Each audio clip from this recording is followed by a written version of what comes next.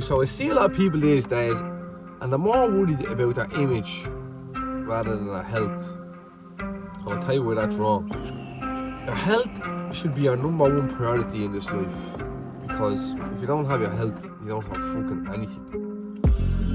Your health is how you feel, physically and mentally. Your image is just how you look to other people, so it shouldn't even be close. And what people don't seem to realise is that if you work on your health, your image will improve, like, automatically. Focus on your health.